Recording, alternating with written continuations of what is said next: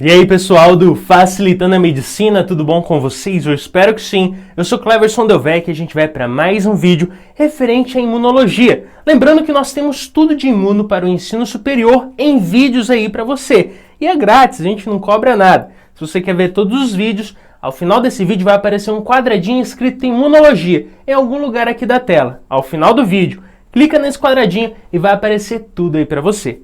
Beleza? Eu convido você a participar aqui da comunidade, só clicar nesse botãozinho vermelhinho escrito inscrever-se aí embaixo do vídeo. Clicou ali, você já faz parte aqui. Beleza? Tá convidado, se inscreve e vamos ao que interessa.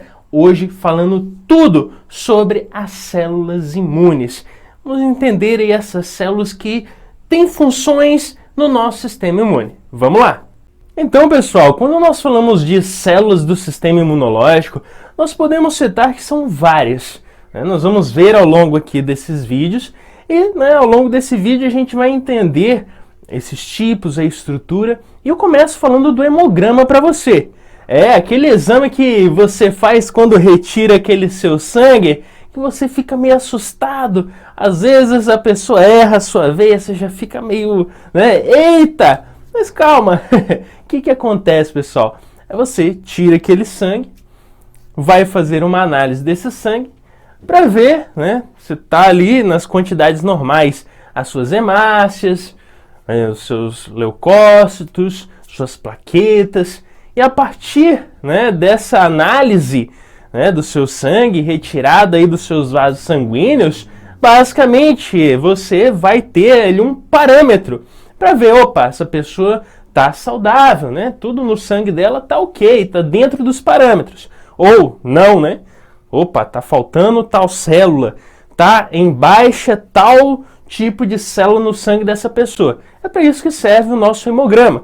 E aí eu lembro para você que quando a gente cita os leucócitos, a parte branca desse nosso hemograma, nós vamos ver células do sistema imunológico, como nós vemos aqui na tela, os leucócitos, a quantidade de leucócitos, vamos ver ali os neutrófilos, vamos ver a presença aí de mielócitos, metamielócitos. Lembrando, se você nunca viu um hemograma, nessa parte aí branca do hemograma que a gente fala, que é imunológica, esses mielócitos e metamielócitos são ali células precursoras, progenitoras de outras células. E não é normal que elas estejam no sangue, em situações saudáveis. Em situações onde existe alguma patologia, sim, elas podem estar ali em grandes quantidades no sangue. Beleza? Só para esclarecer, já que você está vendo aí mielócito e metamielócito. São células ali progenitoras, são células precursoras de outras células sanguíneas. Então, não é normal elas estarem no sangue. Beleza? Outro ponto, pessoal. A gente destaca aí a presença dos neutrófilos, leucócitos, esses bastões que você vê, também pode ser chamado de bastonetes, e segmentados nada mais é do que os neutrófilos, uns maduros e outros que são imaturos. Os imaturos, neutrófilos imaturos, são bastões, e os maturos, os que estão ali prontos, são células maduras desses neutrófilos, são os segmentados. Já deixando aí uma ressalva, quando você vê ali um hemograma, você já vai entender, opa, mielócito, metamielócito são células precursoras, então não deve ter no sangue, grande quantidade. Bastões são o quê? Referente aos os nossos neutrófilos, porém imaturos. E os segmentados são neutrófilos maduros, que vão estar presentes no nosso sangue.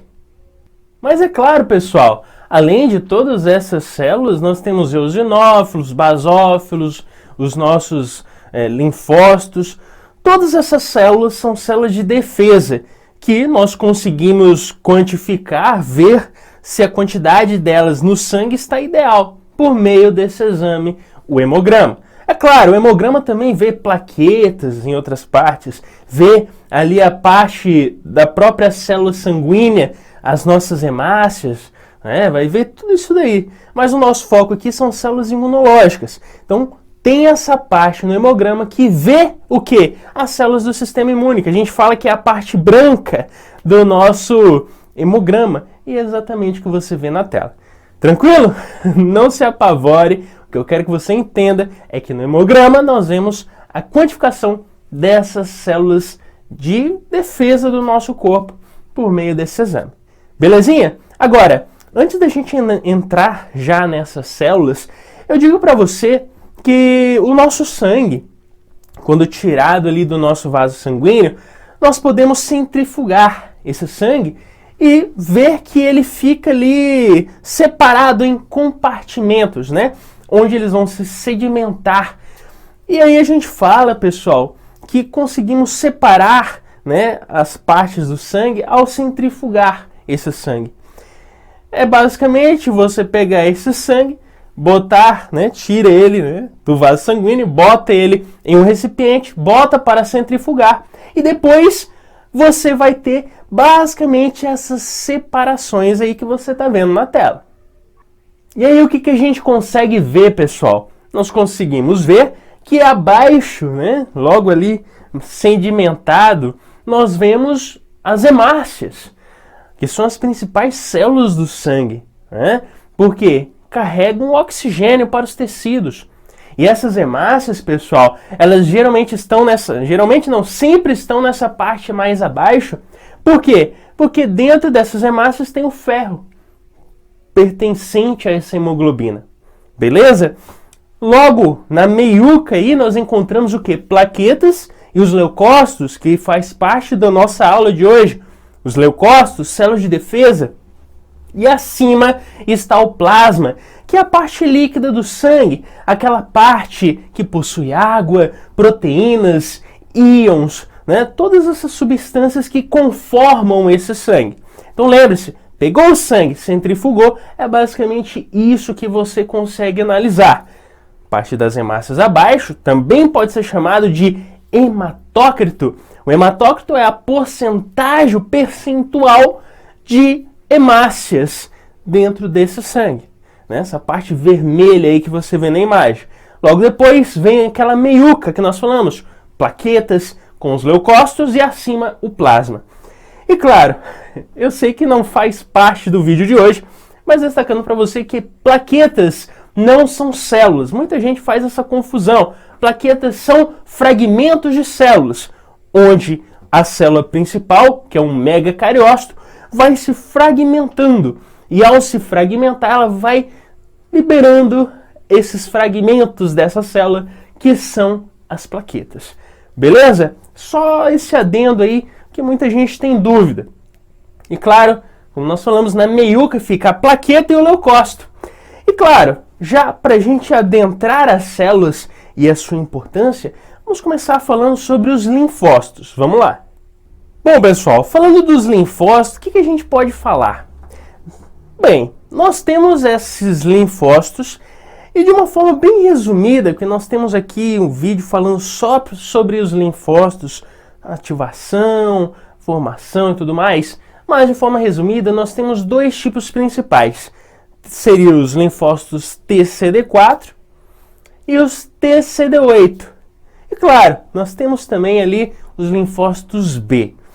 Agora, eu digo para você que o linfócito TCD4 ele também pode ser chamado de helper. E ele tem algumas funções. Dentre eles, ativar macrófagos, que nós já falamos aqui, que tem uma função de quê? Fagocitose esses macrófagos. Mas também ele tem uma ação, pessoal, de ativar células como os linfócitos B. Esse nosso linfócito TCD4 libera algumas substâncias que conseguem ativar linfócitos B. E esse linfócito B, ao ser ativado, ele produz o quê? Os nossos anticorpos, né? As nossas imunoglobulinas, como nós vemos aí a IgG. Outro ponto que a gente destaca, pessoal, é exatamente esse TCD4, esse helper, né, podemos chamá-los assim, ele também tem uma ação aí de destruir algumas células de certa forma, ou que estejam ali, né, contaminadas com algum tipo de agente invasor. Então, pessoal, resumindo o que a gente falou, TCD4, o helper, ele consegue ativar macrófagos, consegue ativar linfócitos B, que são aí produtores das imunoglobulinas, são os que vão liberar anticorpos. Vamos ter também a ativação aí, né, de certa forma, além de macrófagos, e esse nosso linfócito B, que vai produzir ali como IgG.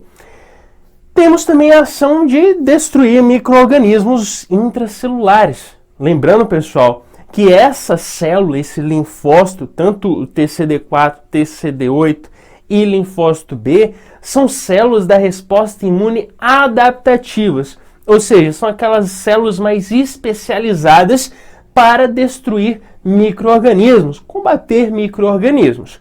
Beleza? Agora, esse nosso linfócito TCD4, ele consegue liberar ali algumas interleucinas, como L4 e L21, que atua sobre o nosso linfócito B, ativando essa célula. E claramente ele pode ter uma interação direta por meio de CD40. Então, existe essa CD40 que permite ali, né, uma certa interação entre essas duas células e promove aí a ativação principalmente do nosso linfócito B. Beleza? Agora vamos entender um pouquinho sobre o TCD8. Bom, pessoal, quando a gente fala dessa TCD8, a gente destaca que basicamente ela tem uma ação que é de destruição. Aí você fala, eita, pois é, ela também é chamada de citotóxica. Já é meio sugestivo, né? Ela consegue destruir células, principalmente células que estão infectadas por vírus e até células tumorais. Então veja a importância dessa TCD8. Né? Ela consegue de forma citotóxica destruir células que estão infectadas e células tumorais e são ativadas por MH, ou melhor, o nosso MHC1, né? Vai estar ativando esse nosso TCD8 e vai ter isso, as ações de destruição dessas células por meio ali de algumas substâncias que essas células liberam, né? Esse TCD8 libera algumas substâncias como as granzimas e perfurinas, que vão conseguir incisivamente destruir essas células infectadas e as células tumorais. Hoje, falando dos macrófagos e os monócitos, vamos lá. Bom, pessoal, o que a gente pode falar de macrófagos e monócitos? Primeiro que os macrófagos são células importantíssimas do nosso sistema imunológico, mas destacando para você que começa ali com o monócito, a sua origem da medula óssea, ele sai e vai estar circulante no sangue até o momento em que esse monócito ingressa em um tecido, em um órgão, em um tecido específico. E ao ingressar esse monócito em um tecido, o que vai acontecer? Basicamente, ele vai se transformar em macrófago. Ele se torna uma célula especializada e adquire funções. Aí eu digo para você que existem alguns macrófagos que são residentes em tecidos, ou seja, eles já estão ali precoces embriologicamente em um tecido determinado e vai cumprir algumas funções ali. E eu destaco que existem macrófagos em diferentes regiões, como a gente vê aqui na tela. Um exemplo, né, que tem um nome diferentão aí, são os macrófagos presentes lá no nosso fígado, a célula de Kupfer, que vai estar aí homenageando o cara que descobriu, né, Kupfer, sei lá. Esse é o nomezinho do macrófago presente lá no fígado. Belezinha? Agora, é óbvio, né? A gente destacou só o fígado, mas tem macrófago em todos os tecidos do nosso corpo, cumprindo algumas funções. Aí você fala, poxa, mas já sei, monócito sai ali, né, da medula óssea, está circulante no sangue, ingressou em o tecido, puf, vai se transformar em macrófago? Sim, vai se transformar, vai se especializar em uma função. Beleza? E como eu falei, existem ali alguns tipos de macrófagos que são residentes, na verdade. Eles já estão ali estabelecidos em um tecido de forma precoce e embriológico. Tranquilo? Agora, quais seriam as funções desse macrófago? Para que ele serve? Vamos entender isso aí. Bom, pessoal, quando falamos de macrófagos, eles podem ter variadas funções. Isso a gente vai ver ao longo aqui dessa playlist de imuno. Mas o que eu destaco para você, e o principal, que é mais relevante, é a fagocitose. É o ato de se englobar envolver partículas externas à célula. Ou seja, você engloba partículas externas, pode ser por nutrição ou por uma ação imunológica. Por exemplo, uma bactéria. Uma bactéria que não é para estar ali no ambiente do corpo, esse macrófago vai lá e fagocita, engloba essa bactéria, esse agente invasor. E o que acontece? Basicamente, quando existe essa forma de englobar essa bactéria, nós formamos como se fosse um vacúolo, né, dentro desse macrófago, que recebe um nome específico. Seria o endossomo. Ou seja, você englobou aquela bactéria e forma um endossomo. E como é uma fagocitose, podemos chamar também de fagossomo. Endossomo ou fagossomo, tanto faz. Mas como, né, é um processo de fagocitose, chama-se de fagossomo. O que mais que a gente pode saber? Depois de formar esse fagossomo, esse fagossomo com a bactéria ali dentro necessita agir para destruir essa bactéria. Mas como que a gente pode fazer isso? Basicamente, a gente pega esse fagossomo e vamos fundir ele com o lisossomo. Aí você fala, poxa, mas para que eu vou fundir o fagossomo com a bactéria com o lisossomo? Exatamente para destruir essa bactéria. E a gente faz isso por meio de uma digestão. Aí você fala, eita, como assim? Vamos entender isso daí. Bom, pessoal, tudo fica mais fácil quando a gente entende a estrutura de um lisossomo. Olha aí na tela. Esse lisossomo, pessoal, basicamente, ele vai possuir enzimas ali dentro. Enzimas ácidas. E, claramente, vamos ter lipases, nucleases, proteases, enfim, vários tipos de enzimas potentes que, quando necessárias, vão atuar em um processo de digestão, se assim a gente pode dizer. Inclusive, na membrana desses lisossomos, nós vamos encontrar ali algumas bombas que jogam hidrogênio dentro desse lisossomo, possibilitando uma maior acidificação daquele meio. Então, imagina só, se no ato de fagocitose você engloba aquela bactéria, forma um endossomo ou fagossomo, e esse fagossomo agora vai se unir ou se fundir com esse lisossomo, o que vai acontecer? Essas enzimas entram em ação. Elas entram ali para destruir essa bactéria e fazer ali, né, de picadinho, se assim a gente pode dizer. E com um meio bem ácido, o que possibilita realmente esse processo aí, né, de degradar essas bactérias ou qualquer tipo de partícula, né, que a gente chama ali de macropartículas. Quando falamos de macropartículas, são realmente ali para nós pequenas, mas para essa célula são consideradas grandes. E aí a gente destaca que qualquer partícula que ele engloba nessa fagocitose, ela vai sofrer esse processo por meio da ação de enzimas digestivas. É isso que a gente tem que entender. E após esse processo, né, de degradação de uma bactéria, que é o nosso exemplo, vai, né, ter que jogar fora, né, os resíduos. E esse processo é a exocitose. Você libera aquele resíduo que já não te interessa mais, né, dentro dessa célula, porque já foi feito o papel. Outro papel também desse macrófago, pessoal, é produzir radicais livres. Aí você fala, o que são esses radicais livres? Você já deve ter ouvido falar.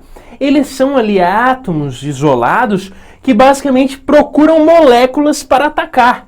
E quando ele ataca, ele causa algum dano, algum processo ali destrutivo. Então, relembrando, macrófagos são capazes de produzir radicais livres. São átomos. O que é esse processo? O que é esse radical livre? São átomos ali soltos que são capazes de causar algum dano. E aí eu destaco para você, né, que os lisossomos, que a gente acabou de citar, eles possuem ali a NADPH oxidase, que são capazes também de gerar esses radicais livres. Então pensa só, se o lisossomo se choca com o fagossomo, que tem uma bactéria, lá dentro do lisossomo tem o NADPH oxidase, que é capaz de quê? De causar, né, a formação desses radicais livres que provocam destruição de bactérias ou algum dano a essa bactéria. Até porque radical livre, como nós falamos, são átomos ali livres que são capazes, né, de causar algum dano, procurando alguma molécula para causar dano. É basicamente isso. E aí eu destaco para você, pessoal, que existe alguns tipos, né, de radicais livres. A gente fala que existe os ROS, que são aqueles derivados do oxigênio, e tem ainda aqueles que são derivados do nitrogênio.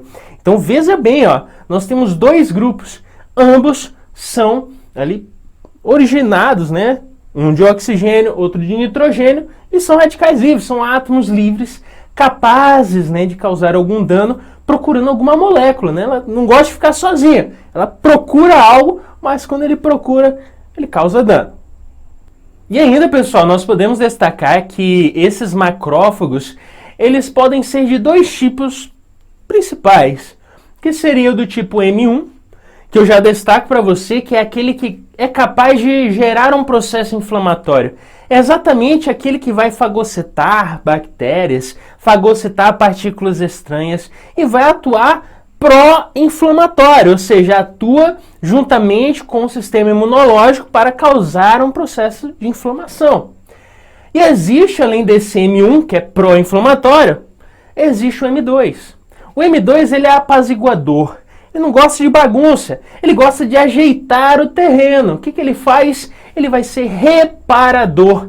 Ele é aquele que vai fagocitar células mortas, vai procurar limpar aquele meio, restaurar tecidos, manter a ordem. Então, enquanto o M1 é aquele que chega ali explosivo para destruir qualquer agente invasor, o M2 é aquele que vai, depois da guerra, para fazer a limpeza dos corpos. Se assim a gente pode dizer, né? Que exemplo meio doido, mas é basicamente isso. Eu falei, né, pessoal, limpar os corpos, não retirar os corpos, né? Mas eu acho que você entendeu, né? M1 tem ação pró-inflamatória e M2 tem ação reparadora. Tranquilo? Ambos são macrófagos. São essas célulazinhas aí da nossa defesa, né, pessoal? E agora, pessoal, falando aí dos granulócitos, o que a gente pode falar desse tipo de célula? Lembrando que os granulócitos nós podemos enquadrar aí 3 célulazinhas principais. E eu destaco aqui para você os nossos neutrófilos, os eosinófilos e os basófilos. Eles que são chamados de granulócitos porque possuem grânulos ali dentro. E grânulos que possuem substâncias importantes para a fisiologia e a função dessas células dentro do sistema imune. Calma que a gente vai entender como que esses grânulos atuam. Mas o que eu quero que você saiba é que esses granulócitos são neutrófilos principalmente, né, o que a gente lembra de cara, neutrófilo, eosinófilo, basófilo. Lembrando que eles também são chamados de polinucleares, porque eles aparentam ter vários núcleos, mas não. O que acontece aqui é que o núcleo deles são segmentados, né? Ele tem essa característica de parecer ter vários núcleos, mas não, é apenas um núcleo segmentado. Agora, a gente tem que lembrar, pessoal, começando aí, citando dos neutrófilos. O que a gente pode saber e lembrar um pouquinho dessa célula? Primeiro, que é importantíssima no nosso sistema imune. É de núcleo segmentado. E outro ponto, né? Quando a gente vai observar ali numa lâmina de microscópio, é isso que a gente observa, né? Esse núcleo segmentado e às vezes meio pigmentadas, até porque você encontra ali os grânulos, que a gente vai ver daqui a pouco para que servem esses grânulos. Agora, o que eu quero que você saiba também é que esse tipo de célula é fundamental para a defesa do nosso sistema imune, por causa desses grânulos, e que vão ser abundantes no nosso sangue. São abundantes no sangue, são os leucócitos mais abundantes, na verdade, do sangue. E que tem uma durabilidade ali de 6 a 8 horas. Lembrando, pessoal, que está presente no sangue, mas ele pode ir aos tecidos. E quando vai aos tecidos é porque existe um processo inflamatório, pessoal. Existe um processo inflamatório agudo naquela região e por isso nós temos nesses tecidos esses neutrófilos. E claro, não só os neutrófilos, como outras células também. Mas o principal que a gente encontra é no sangue. Agora, O que a gente pode saber mais desses neutrófilos? Da sua função. Uma delas a gente cita que é de fagocitose. Aí você fala, eita, não é macrófago que faz fagocitose? Pois é, o nosso neutrófilo também vai fazer esse papel. Ou seja, macrófagos e neutrófilos têm função de fagocitose. Consegue fagocitar, depois vai destruir esse agente invasor com enzimas digestivas ali dentro. Belezinha? Então, neutrófilo também tem papel de fagocitose. Agora, outro papel é dos grânulos que a gente falou. Né? No à toa ele é chamado de granulócitos, né? Porque ele tem vários grânulos ali.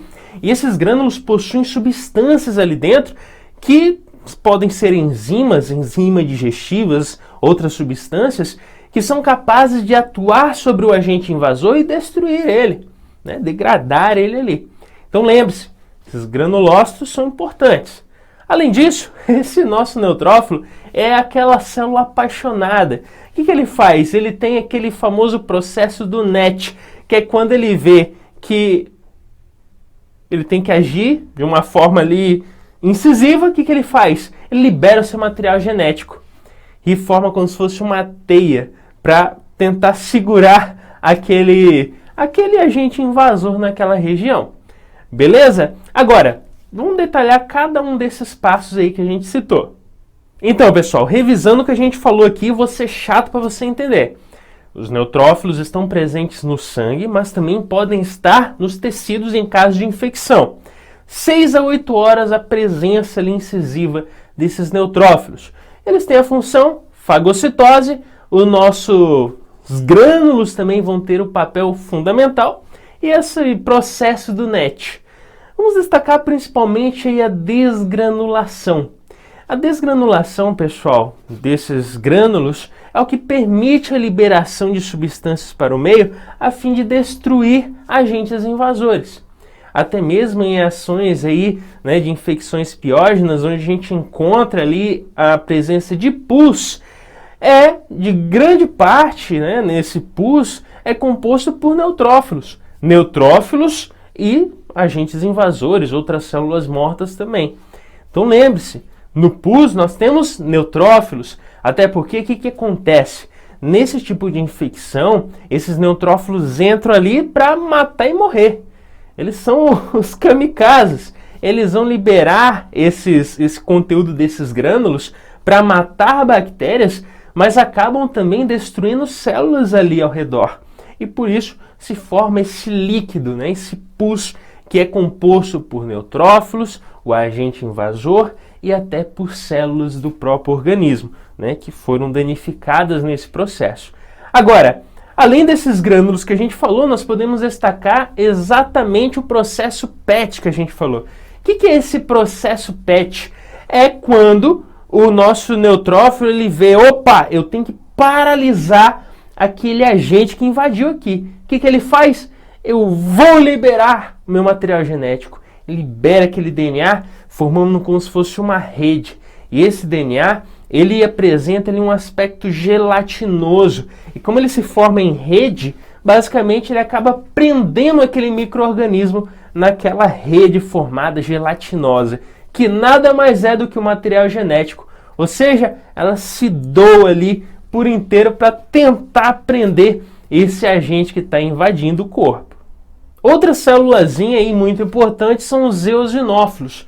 Esses eosinófilos, pessoal, que a gente pode destacar é que eles estão presentes no sangue, ou às vezes, quando você faz a lâmina, você não encontra eles. Mas, basicamente, ele vai estar ali até 5% presente no sangue.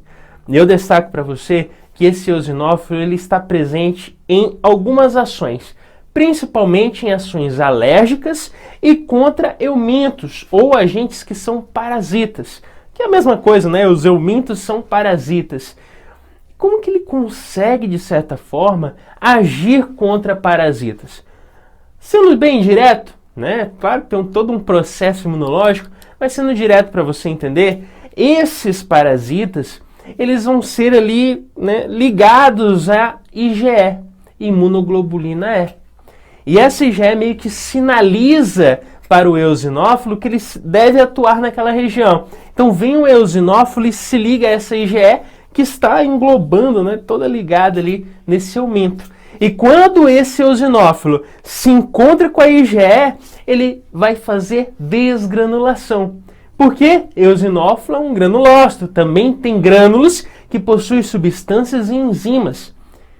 E é simples, ele libera um exemplo de enzima MBP, que vai diretamente atuar sobre a estrutura de membrana, essa parede que envolve esse aumento para tentar destruir esse parasita.